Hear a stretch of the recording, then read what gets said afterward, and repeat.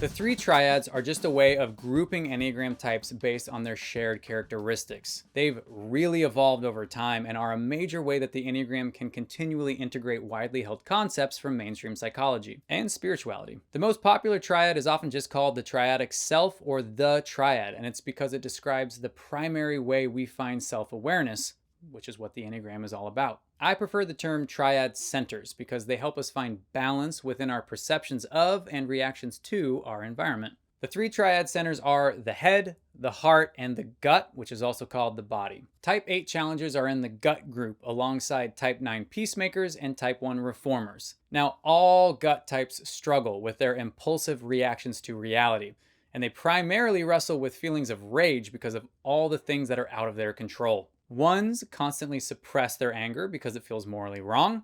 Nines are unaware of their anger because they just want to have harmony in their environment. And eights overexpress their anger. Eights actually feel like anger is a great fuel source, and they use it to motivate themselves and to motivate others as well. So that's the triad centers in a nutshell. Next up is the harmonic triad. Now, the harmonic triad describes three major patterns for the ways we cope with pain, loss, or trauma. The three groups within the harmonic triad are the competency group, the reactive group, and the positive outlook group. Eights are in the reactive group along with type 4 individualists and type 6 loyalists. All reactive types respond emotionally to pain or trauma. Since eights are in the gut triad, their emotion of choice is anger or frustration. Anger makes eights feel powerful, especially in moments when they feel powerless because life has shown them how out of control they really are. Things like the sudden death of a loved one cut deep for the eights because they work so hard to protect themselves from exactly that kind of pain. It's important to know that when eights are reeling from a major setback, they expect their loved ones to react the same way they do. If you react differently, it'll feel like you're against them or you're weak or you just don't get it. So just be wary of voicing a contrary opinion when the eight has just had their heart broken. All right, that's the harmonic triad. Last but not least is the Hornevian triad.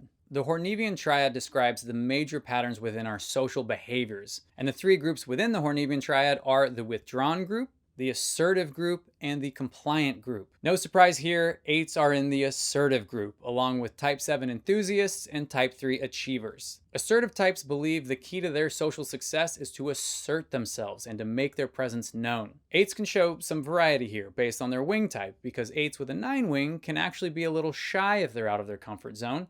But most of the time, eights believe you should make your presence known in every room you're in, either by voicing your opinion or dominating the conversation. Many eights are just large and loud people in general, so they don't have to work too hard to assert their presence. This assertive nature of eights is what drives them to seek clear leadership positions in work and in their personal lives. Okay.